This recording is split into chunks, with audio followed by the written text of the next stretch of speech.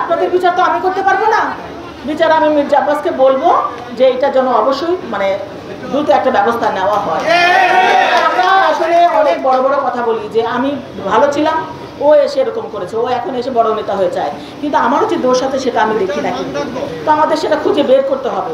আমি মির্জা আব্বাসকে বলি, তুমি এত নিশ্চিন্তে থাকো কি করে? তুমি এলাকার প্রোগ্রামগুলোতে যেতে চাও না, খালি আমি আমার এলাকাও যাও, এখানেও আসি।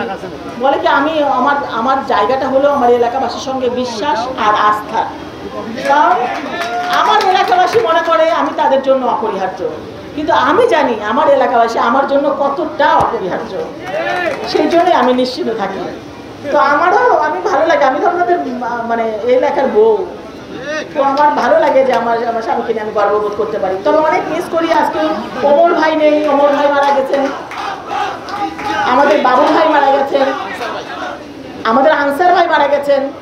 বাবু ভাইয়ের সন্তানেরা রাজনীতি করে কিনা আমি জানি না, তবে ওমর ভাইয়ের ছেলে কিন্তু অনেক খোঁজ খবর রাখে এবং মানে বিপদে আপদে পাশে থাকার অবশ্যই চেষ্টা করে, এবং আমার সঙ্গেও তার যোগাযোগ আছে সবসময়।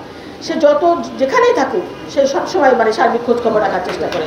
আনসার ভাই মারা গেছে, আনসার ভাইয়ের ওয়াইফ তখন আমাদের সাথে মহিলা দল করতো, আনসার ভাইয়ের শালি ওই যে সেও আমাদের সাথে মহিলা দল করতো, আনসার ভাইয়ের মেয়েও করতো। এখন আনসার ভাইয়ের মেয়ে আছে লুনা, আমাদের মেয়ে যে মেয়েগুলা, আমরা সবসময় আমি ম্যাডামকেও বলতাম যে ম্যাডাম আমাদের পল্টন থানায় কিছু ডেডিকেটেড আমাদের কতগুলা মানে স্টুডেন্ট আছে, মানে ওরা চাকরিজীবী, ওরা কিন্তু নর্মালি মাঠে ময়দানে নামে না, কিন্তু ওরা ইলেকশনের সময় একদম বীর দর্পে নির্ভয় মাঠে নেমে ঘরে ঘরে কাজ করে।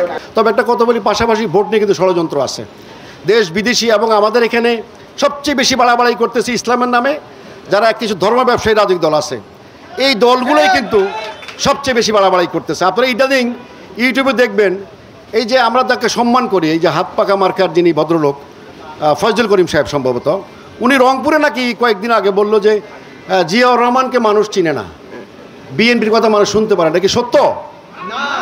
তাহলে ইসলামে এদেরকে কি বলে?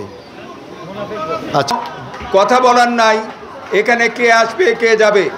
ঢাকা ৮-৯, আফরোজা আব্বাসের ৯, মির্জা আব্বাসের ঢাকা ৮। এখানে কোনো রকম ছলচতুরি করার কোনো স্কোপ নাই।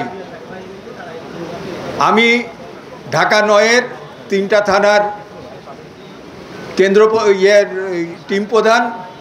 আমি আব্বাস ভাবিকে আশ্বস্ত করতে চাই, মুগদা, খিলগাঁও, সবুজবাগে আপনার ভোট আপনার বক্সেই যাবে ইনশাল্লাহ।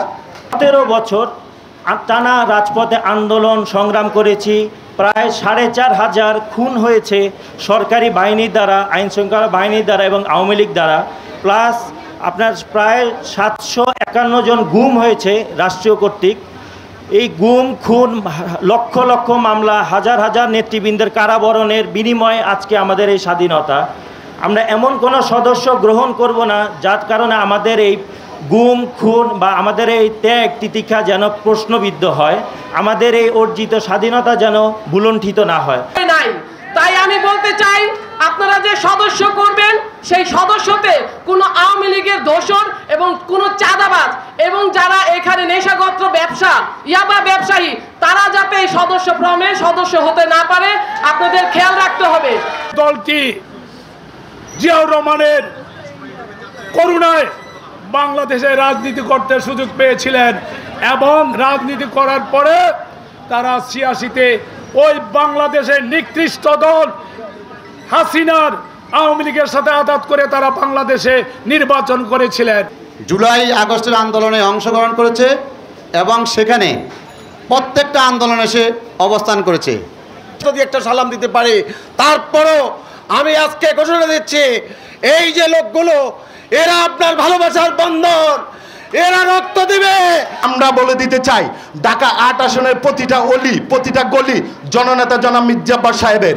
এখানে অন্য কারোর হস্তক্ষেপ অন্য কোনো নেতা ছিলেন না। অতীতে যত দুঃখ দুর্দশা, যত রকম সুযোগ সুবিধা আমরা নেতাকর্মীরা, অসহায় লোকেরা মির্জা আব্বাস সাহেবের কাছ থেকে আনছি, অন্য কোনো নেতার কাছ থেকে আমরা সেটা পাই নাই। এই আসন থেকে জয়লাভ করবে। আমরা দীর্ঘ ১৭ বছর আন্দোলন সংগ্রামে আমরা রাজপথে মাঠ পর্যায়ে সাধারণ জনগণের সামনে যাইতে পারি নাই।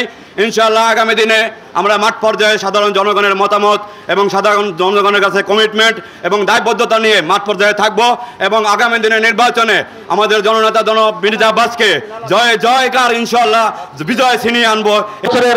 ত্যাগী ভাই বোনেরা, আসসালামু আলাইকুম। আমাদের প্রত্যেকের মনে একটা প্রশ্ন জাগে যে এই সদস্য ফর্ম পূরণে যাতে কোনো আমলিক স্থান না পায়, এটা প্রত্যেকেরই একটা দাবি। কিন্তু আমার কাছে মনে হয় এই দাবিটা তখনই পূরণ হবে যখন ত্যাগীরা মূল্যায়িত হবে। ত্যাগীরা মূল্যায়িত হলে আমলিক কখনোই কোনোভাবে স্থান পাবে না বলে আমরা বিশ্বাস করি।